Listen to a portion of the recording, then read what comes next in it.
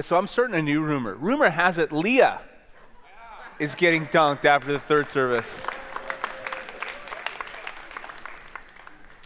Well, happy fall kickoff. I love that this series is called Welcome Home, because I think literally of the word welcome. It means, man, it's good you came. I thought a lot about that this week, actually, because you might not believe what I believe, but I want you to know that it wouldn't have been the same without you.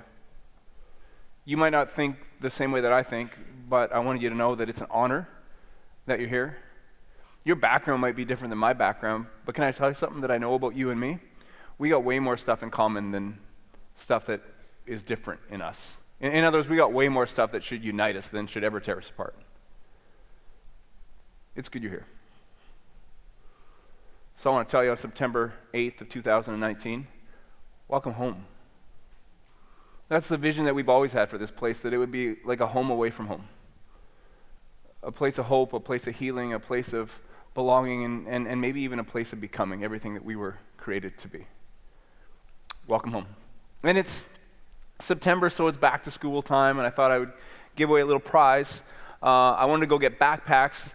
The younger staff members would not let me shop for the backpacks. They said, and I quote, "You'll get something nerdy." So they got this Herschel backpack, but I got to fill it. And so in here is back to school essentials, right? Cinnamon Toast Crunch, strawberry Pop-Tarts, and Wonder Bars, okay? So, that's good, right? That's good. Okay, so going to give it away to someone going back to middle school or high school or university. Okay, makes sense? And there's no scientific way I'm going to choose this, just the first one who kind of catches my eye, who can tell me, and as soon as I finish saying my question, you can just go right ahead, okay? The first one who can tell me the name of the series that starts today. Yep. Welcome home. There you go, man. There you go. They're so polite. We're not polite here. They're raising their hands. I see that hand. I see that hand. Where was I? Where even was I? Hey, so it's interesting in this series, we're lost, right? Like, you guys are still laughing about the Wonder Bars thing. They're good, though. Really good. It's weird. We're starting a new series, but we're still kind of on the same story. We've been talking about this story of this guy who lived 3,100 years ago, and one of the reasons that we're talking about him, and his name is Samuel, by the way, is because he has so much in common with you. You know, because the truth about Samuel is that not too many people know too much about Samuel. And you might be a pretty well-known person, but historically speaking, not too many people know too much about you. And yet Samuel was extraordinary. In other words, he wasn't ordinary, he wasn't normal, he wasn't average, he wasn't status quo. And the same thing is true about you. There's nothing average about you. You started out as a dream in the mind of God. You're extraordinary. God had a plan for Samuel, he has a plan for you. God had a purpose for Samuel, he has a purpose for you. And so in this last series that we did called Kingmaker, we kind of talked about the background of Samuel's life, like the foundation to which he was born into, his mom and his dad. And if you want to go back, you can check that out on the Southside Church podcast or on southsidelife.com. But today I want to start with this Welcome Home series, talking about Samuel's life. Okay, so Samuel's dad's name was Elkanah, his mom's name was Hannah. And the story happens that they went to a place called Shiloh, a town called Shiloh, which was the religious capital of Israel at this time, 3,100 years ago. They went there for like a spiritual retreat. And while Hannah was there, Hannah went to the temple in Shiloh and she was praying. And she was praying specifically that God would allow her to have kids. Up until this point of her life, she was not able to have children, which in that culture at that time was a really big deal. And so she was praying there with a lot of passion and a lot of faith. And I want to talk just quickly before I jump right into the story for today. I want to talk about faith. Because I think sometimes we can read through the Bible and we can discount faith. What I mean by that is we read through 1 Samuel chapter 1 and we see, man, Hannah was praying that God would give her a child. And we say, oh, Hannah, it's all good. He does. We read forward. You have a son named Samuel. You're fine. She didn't know that. So she was praying with faith. The Bible says faith is the substance of things hoped for and the evidence of things unseen. That's heavy. So when you read the Bible and you see a story like Hannah praying at the temple in Shiloh, please understand the faith that she had. Or when you read a story like the story of David and Goliath. Man, David was some 16, 17-year-old punk. And he was going to battle against this seasoned warrior named Goliath. David did not know he was going to win, but he believed he was going to win. That's faith. It's a substance of things hoped for and the evidence of things unseen. Or you read the story of the Exodus, and Moses is leading the Israelites out of Egypt, out of slavery and bondage into freedom, and they get to the Red Sea, and they're in a big problem. Because the Red Sea's in front of them, there's Egyptian chariots behind them, and they don't know what's going to happen. And Moses didn't know that when he raised his staff that the Red Sea was going to part, but he believed it would. That's faith. That's the substance of things hoped for and the evidence of things unseen. Or you read the story of Pentecost. You read about this disciple named Peter. And Peter was a good guy, but he made a lot of mistakes. And on Pentecost, there's this large crowd gathered. Jesus has already ascended into heaven. The crowd gathers, and Peter decides that he's going to stand up and preach. He doesn't know what the response of the people is going to be. He doesn't know whether they're going to turn on him and say, "Shut up." But he believes that God's going to do something. And 3,000 people became Christians because he had faith. And so Hannah's there in Shiloh, and she's praying with faith, and God answers her prayer. She has a son named Samuel. And I love the name Samuel. I'm a little biased because I have a son named Samuel, but Samuel is a name of gratitude. Samuel means, God, you heard me. You heard me. Man, I love that. So let's pick up the story. 1 Samuel 1. Hannah stayed home and nursed her son until she had weaned him. And then she took him up to Shiloh, bringing also the makings of a generous sacrificial meal, prize bull, flour, and wine. The child was so young to be sent off. They first butchered the bull, then brought the child to Eli. Hannah said, "Excuse me, sir, will you believe that I'm the very woman who is standing before you at this very spot praying to God? I prayed for this child, and God gave me what I asked for. And now I have dedicated him to God. He's dedicated to God for life." Then and there they worshiped God. And 1 Samuel chapter 2 starts with Hannah singing a song of worship, a song of gratitude. She says this, "My heart rejoices in the Lord. In the Lord my horn is lifted high. My mouth boasts over my enemies. For I delight in your deliverance. There is no one holy like the Lord. There is no one besides you. There is no rock like our God."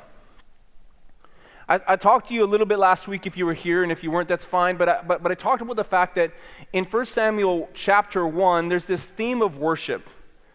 And it definitely continues into 1 Samuel chapter 2 when Hannah sings that song of worship. And the thing that we got to realize about worship is worship requires faith. We already talked about faith, but it also requires gratitude. It also requires gratitude, which kind of blows my mind a little bit, because I got to tell you, from the context that I live in, from the place where I'm standing right now, it seems somewhat hard to believe that these people, that Hannah and Elkanah, were grateful people. Can we talk about what they had materially? Relatively speaking, compared to what I have, they had nothing. And yet they were grateful. It's amazing. And Hannah is worshiping, and Hannah is grateful before she even conceives Samuel. And when he's born, she gives him this name, God heard me, grateful. And what blows me away here is they take Samuel when scholars say he would have been about 4 or 5 years old, and they bring him to Shiloh, to the temple, to dedicate him to God's service for life. In other words, he's going to stay there. That's a hard thing. Like, Hannah knows that she's only going to see him from that point on. She's going to see him once a year. She would go and she would bring him a little set of clothes every year. But Samuel is not living under her roof anymore. And I think to myself, as I walked away from dropping my 4 or 5-year-old son off at the temple in Shiloh, the first thought in my mind would not be gratitude. And yet she was grateful.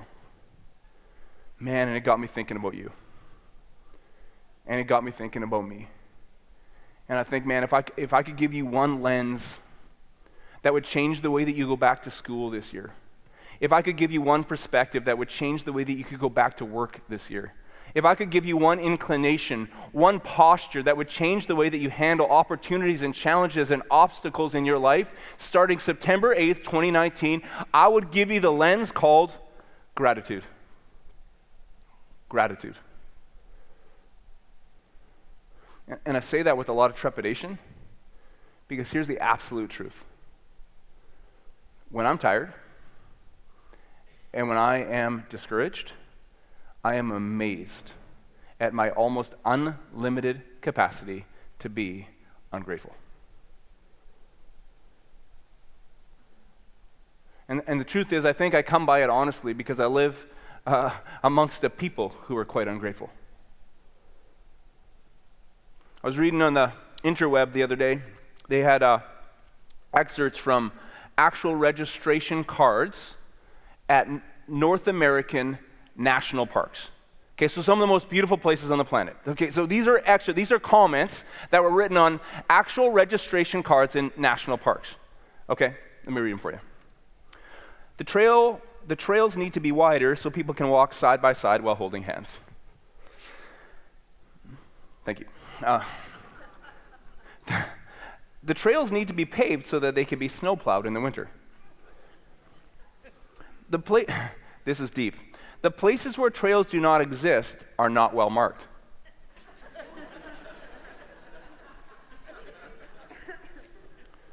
Please avoid building trails that go uphill. Simple, one little thing, okay? Chairlifts need to be in some places along the trail so that we can get to wonderful views without having to hike to them. This next one's a good one. Escalators should be installed at areas that are steep. I do a lot more hiking, okay? When the trail ends, a restaurant would be nice. The coyotes made too much noise last night and kept me awake.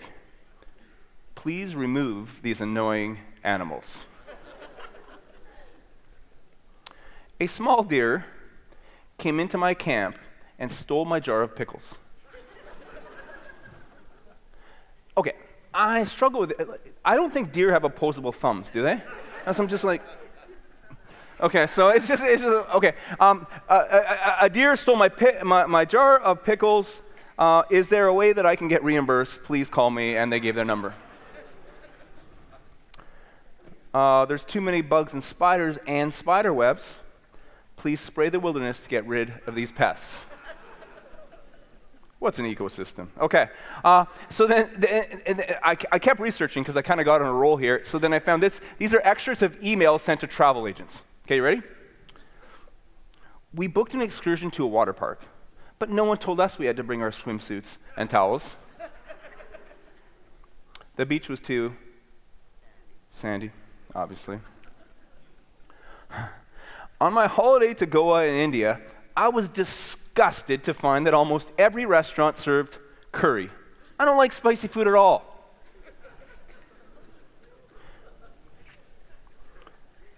It's lazy of the local shopkeepers to close in the afternoon. I often needed to buy things during their siesta time. This should be banned. Again, thank you so much. We found the sand was not like the sand in the brochure. Your brochure shows the sand is yellow, but it was actually white. No one told us there would be fish in the sea.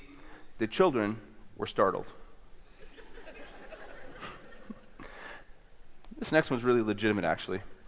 It took us 9 hours to fly home from Jamaica to England. It only took the Americans 3 hours to get home.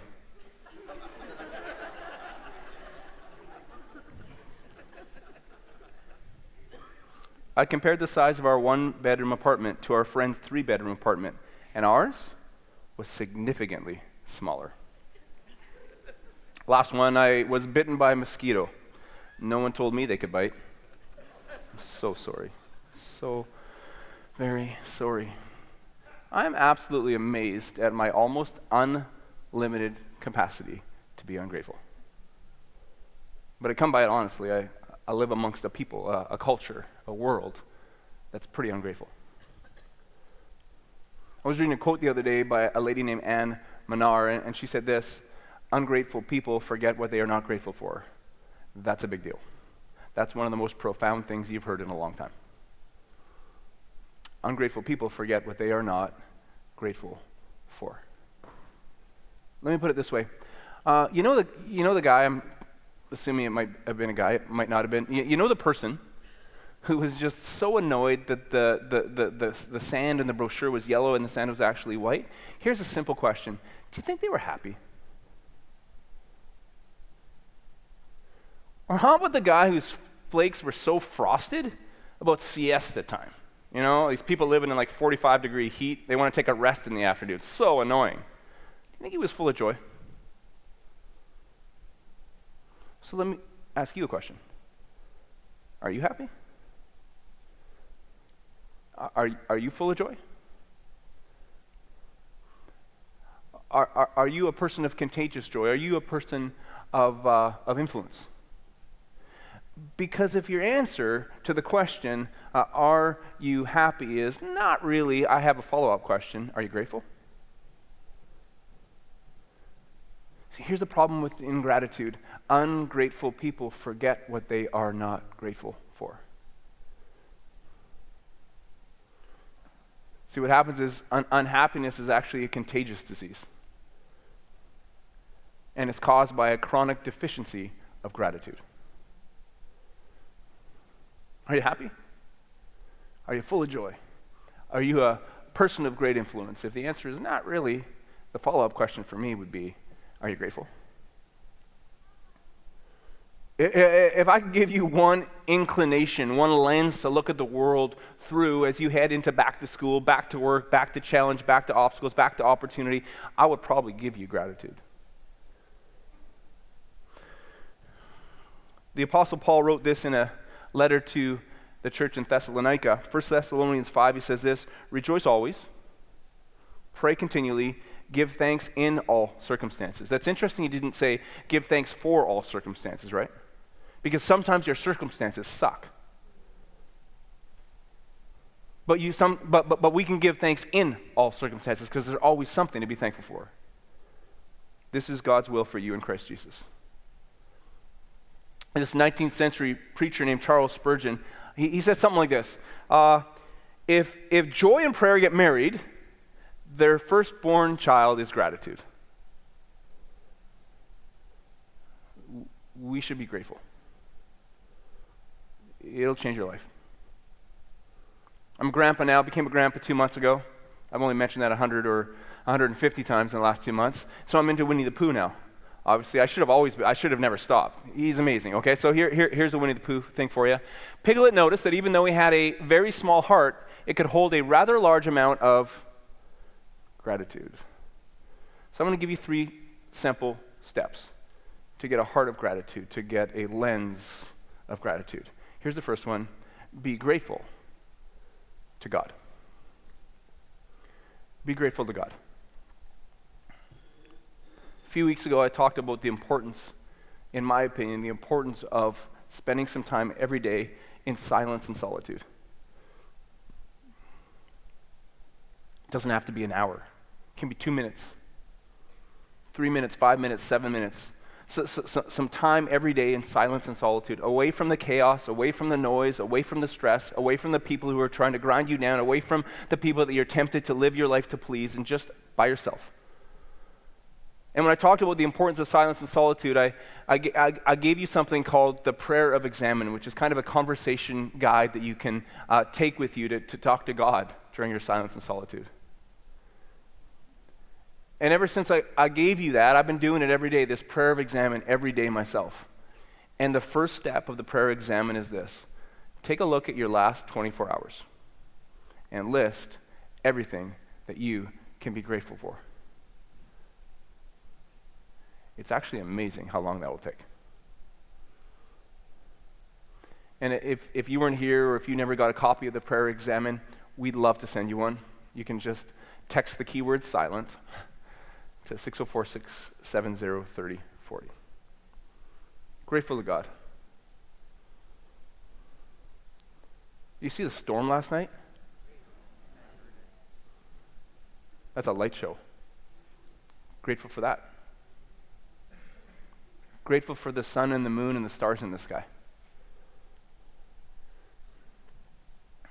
Grateful for the rain and the snow and the wind and the warmth. Grateful for trees and the forest. Grateful for waves and the ocean.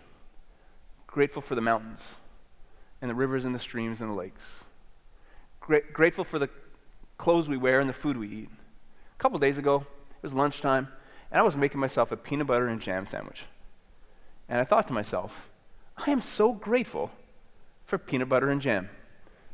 I never get bored of it. I've been doing this stuff for decades. I'm still not bored of peanut butter and jam. Grateful. Grateful for the house that you live in, for the pillow that you lie your head on every night. I want to tell you, you might not believe like I believe. Maybe you walked into church for the first time and you're still kind of checking this whole God thing out. Man, I'm so pumped you're here. Can I tell you something? You don't even have to thank God for all that stuff and your life will get better. You don't even have to be grateful to God for all that stuff. Be grateful to Mother Nature. Be grateful to time plus matter plus chance if you want to. Your life will get better if you are grateful for those things. For me as a Christian, I'm grateful to God for that. And it goes beyond that for me. I'm grateful for redemption.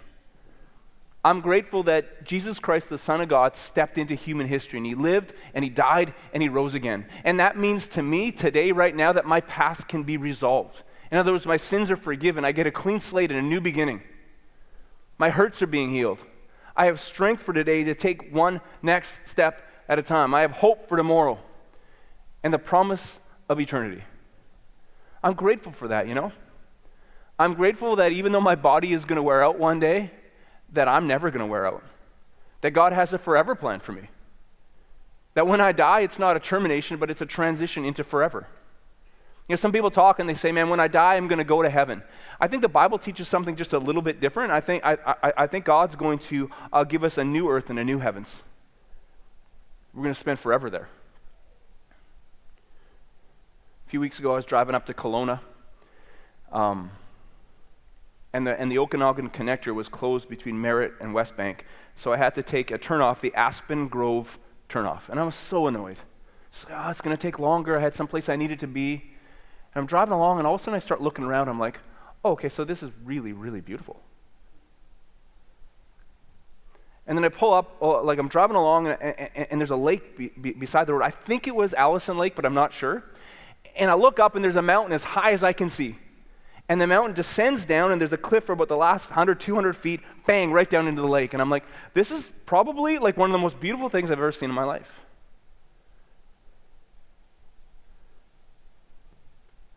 And I thought to myself, I should stop. But I didn't. I had an appointment to keep. I thought to myself, man, I should bring Corinne back here just to show it to her. And I hope to. In a couple of weeks, I hope to. And maybe we will. But I remember driving away kind of feeling sad and thinking, man, like how many places are there in the world just like this? That I just want to stop and I just want to be and I just want to, you know what I mean? Soak in the beauty. And God spoke to my heart and this is what he said. You're going to have a chance. You're going to have forever. See, God's going to create a new earth, a new Allison Lake, a new Cultus Lake, a new Mount Cheam, a new Grand Canyon, like recognizable, but infinitely more, not stained by brokenness, not stained by sin. And he's going to create a new heavens, ever expanding, infinitely creative. And I don't know exactly how it's going to work, but you and me, we're going to be able to explore there too. Grateful to God. I'm grateful for prayer, that the God who spoke the universe into existence speaks with me, wants to hear what I have to say, wants to be known by me. When Paul wrote a letter to the Philippian church, he said this, don't be anxious about anything, but in every situation, by prayer and petition, with thanksgiving, present your request to God, and the peace of God, which transcends all understanding, will guard your heart and mind. The problem with ingratitude is ungrateful people. You know what happens? They forget what they're not grateful for. So we changed that. Number one, we're grateful to God. Number two, we're grateful for other people. I was reading this story the other day. It says, in an intriguing book called 365 Thank Yous, John Kralik writes about writing a thank you note a day for an entire year. He didn't resolve to write all those thank you notes at a time when he was feeling particularly grateful. In fact, it was at a particularly low time in his life. His small law firm was losing money and losing its lease. He was going through a difficult divorce. He lived in a small, stuffy apartment where he often slept on the floor under an ancient air conditioner. He was middle-aged, overweight, and at the end of his rope. Then one day he got lost on a mountain, and he didn't know how to get home. By the time he found his way down the mountain, he had a plan. He would write a thank you note each day for a year. He said, the only problem, did I even have anything to be grateful for? The way my life was going, I hardly thought so. But he got started by writing notes to the people close to him, his family and friends. Then it got harder. One day he writes, I just couldn't think of anybody to thank. He stopped at his regular Starbucks where the barista greeted him by name. John, your usual venti? Tyler coached me on how to say venti. I said it right because I'm culturally relevant. Okay. This is how I roll. And John, your usual venti? And with a big smile, Kralik reflected, I thought this is really kind of a great gift in this day and age of impersonal relationship that someone had cared enough to learn my name and what I drank in the morning. So he wrote the barista a thank you note. And so it went throughout the year, each day a thank you note, each day a day of gratitude. Are you grateful for your friends? You should tell them. Are you grateful for your family? You should tell them. Are you grateful for the person who makes you coffee? You should tell them. Man, there's this poem that I heard years and years and years and years ago, and when I think about my friends and I think about my family, I probably quote it to myself like, I don't know, once a week. It's from a book called The Jungle Book. It says this, now this is the law of the jungle, as old and as true as the sky. And the wolf that shall keep it may prosper, but the wolf that shall break it must die. As the creeper that girdles the tree trunk, the law runneth forward and back. For the strength of the pack is the wolf, and the strength of the wolf is the pack. Man, I'm thankful. It shocks me how I have this almost unlimited ability to be ungrateful. Are you thankful for your pack? Maybe for some of you right now, you're thinking to yourself, man, I don't have a pack. I feel isolated. I feel alone. If that's you, I got a couple suggestions for you. Number one, if you choose to live your life grateful, I bet you'll find around you developing a pack. It's weird because this church, this mission called Southside, this home away from home that we're trying to build for this city, it's driven by gratitude, right? Look, it took like 300 people to make church happen today. The setup team, the takedown team, the tech team, the music team, the welcome team, the parking lot team, the hospitality team, the Southside Kids team, like hundreds of people. Well, why do they do it? There's a lot of reasons, but if I had to boil it down to one heart inclination, I would probably say gratitude. This heart of gratitude to God for everything that He's done for me, and this heart of gratitude to others for the help that they've given me, and out of my gratitude, I just want to help other people. I would say this, if you're here at Southside for the first time, you should actually sign up to serve. I challenge you, not in a like, I challenge you, loser, to start serving. I challenge you because I think you're going to get more than you give. I think you're going to find that. And all of a sudden you're going to look around at these people that are serving alongside of you, just kind of out of this heart of gratitude that says, man, I'm thankful for being helped and now I want to give help. You're going to look around, you know what you're going to find? A pack. Ungrateful people, the only problem is they forget what they are not grateful for. So we're grateful to God, we're grateful for others, and here's the toughest one for you, I think. Maybe the toughest one for you. Grateful for you. Because you're hard on you.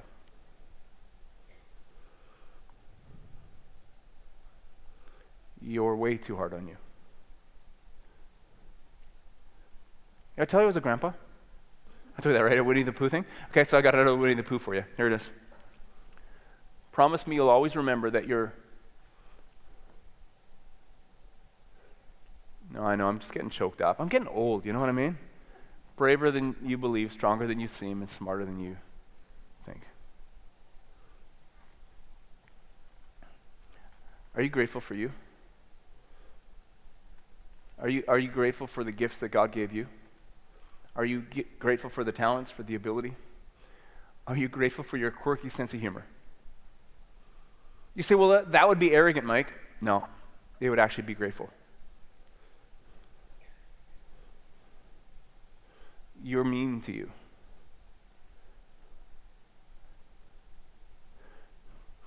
Because you're not grateful enough for your talents and your abilities and your strengths.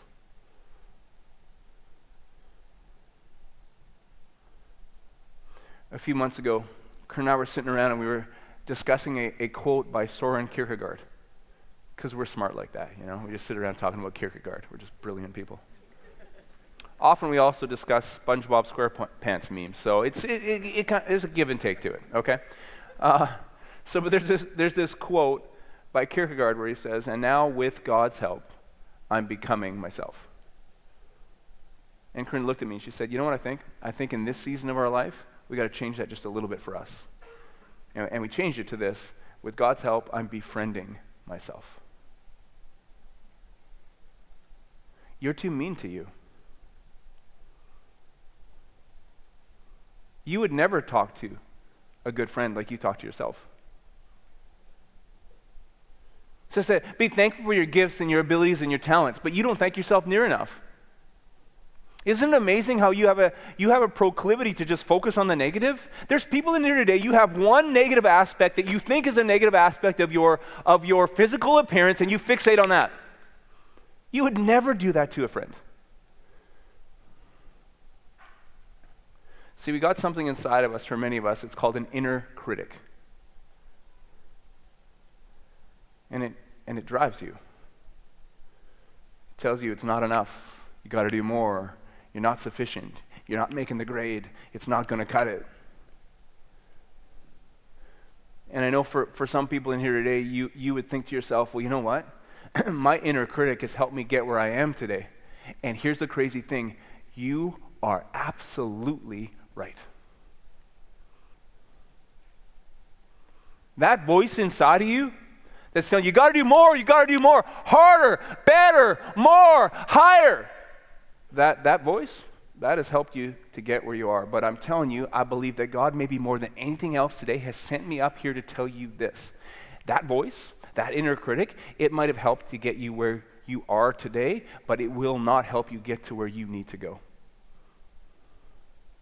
You got to change the narrative. You got to change the narrative. You got to befriend yourself.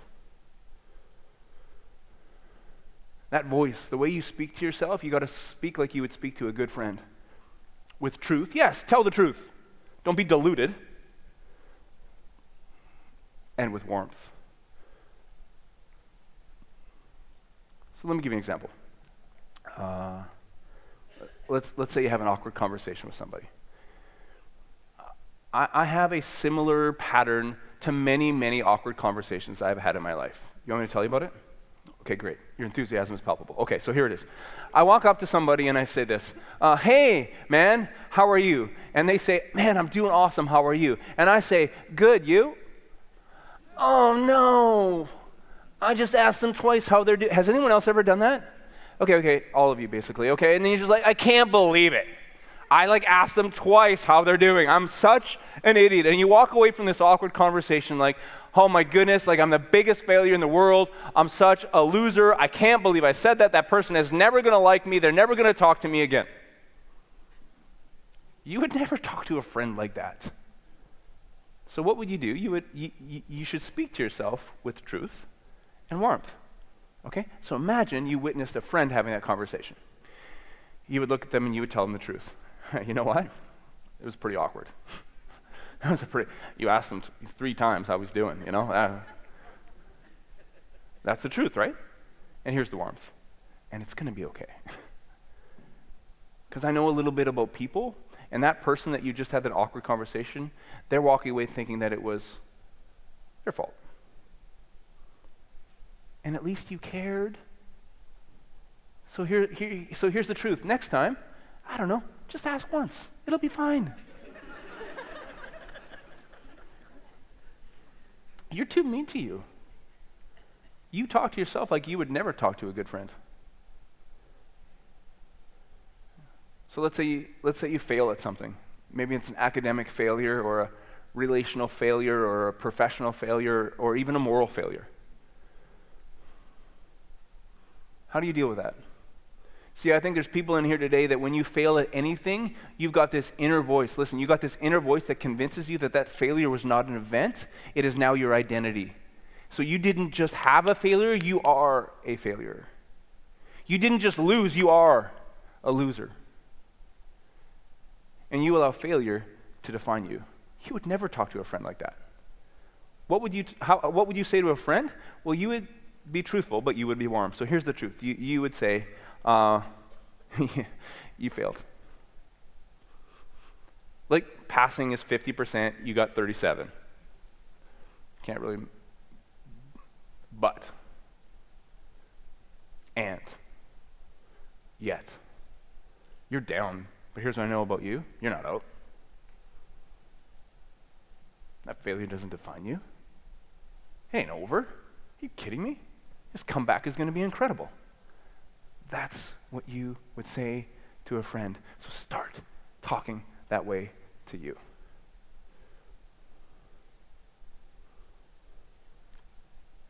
Here's a problem with ingratitude. Ungrateful people forget what they are not grateful for. So let's be grateful to God, grateful for others, and yes, grateful for you. Let's pray. God, I want to thank you for the incredible privilege to just do fall kickoff with all these amazing people. Thank you that there's not an accident in the room right now, that every single person was designed by you, thought up by you, and is loved by you. God, we're thankful. We're thankful for every breath we take, for every step, for every opportunity. We're thankful for people. We're thankful for friends and family. And God, I want to pray for every person here that you would allow them to start speaking to themselves as they should. Not with arrogance, but with immense gratitude. We love you, God. In your name, amen. God bless you guys. Have an awesome one. Thanks for joining us. We'd love to see you at any of our 3 Sunday services held at Sardis Secondary School on Stevenson Road in Chilliwack, British Columbia. For more information, please visit southsidelife.com.